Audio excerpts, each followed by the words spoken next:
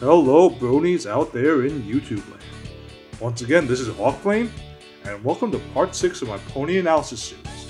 Yep, this is it, the last of the main 6. But don't worry, there's still a whole lot of pony out there left to explore. There's still all the rest of the show and fandom to explain and analyze. Most of the show and fandom left to be explained and analyzed, and I'll be taking this crazy and fascinating ride right along with you. Pony analysis number 6. Twilight Sparkle. Yep, the element of magic herself, the protagonist, the main character, the lead, the Mary you root for to save the day in every single two-parter. We get it! Move on! Sorry. Anyway, she's Twilight Sparkle, princess that we don't know yet, and wearer of the big crown thing.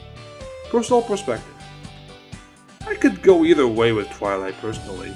I don't love her like I do some, but I don't find her as uninteresting as others. She's a serviceable main character, successfully fulfilling the function of audience avatar, especially in the pilot, but at the same time really managing to weave in her own distinct personality, which I'll go into detail on further on in the analysis. The main issues I have with her have to do with how she's written, particularly how a certain aspect of her has been handled this past season, but that's best left for another video. Twilight's the de facto leader of the main 6, and for good reason. She's smart, she's hardworking, she's a great student of magic, but most of all she's tremendously well organized. She's the one who comes up with the well thought out plans, like against the super speedy Cider Squeezy 6000, or makes sure things are running smoothly, a la Winter Wrap-Up, or coordinates strategy against things like a smoke-breathing dragon. And sometimes she can take her organization to compulsive OCD-like levels. Oh, and she's also a bit of a dork. Okay, a total dork. But you wouldn't be here if you didn't know all that already, right? Well, let's dig a little deeper then. Why Twilight Sparkle works as a main character. One of the more common tropes of fiction is to make the main character a vessel through which the audience can experience the story. The poorer ones do this by giving them the personality of a desk lamp, while the stronger ones do this by first establishing character and then showing the world of the work through their eyes. But in this opening scene of MLP, you get a very quick sense of who Twilight is.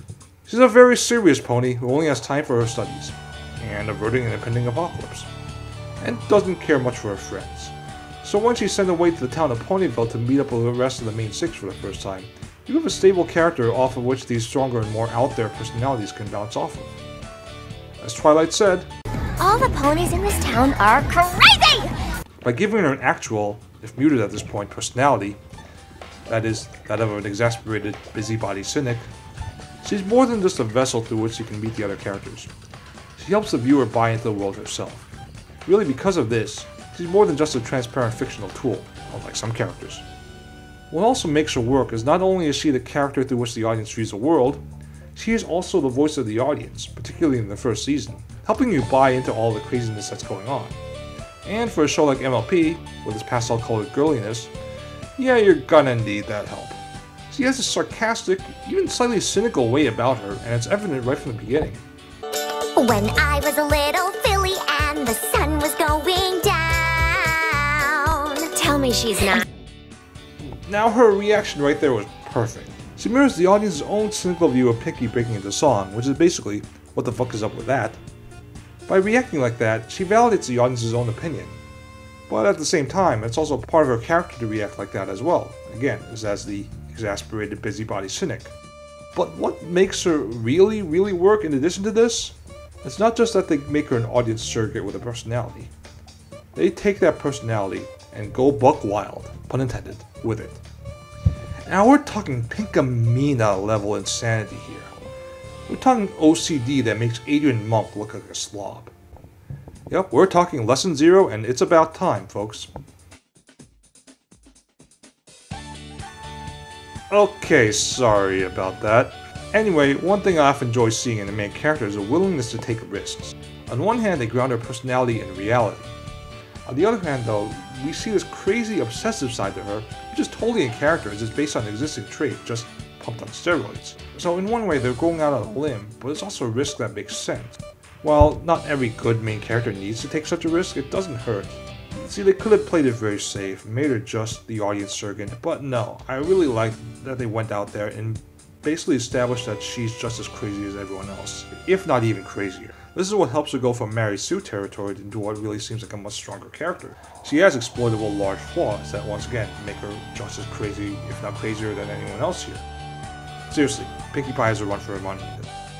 So that, in essence, is why I think Twilight really works as the main character. Is she my favorite?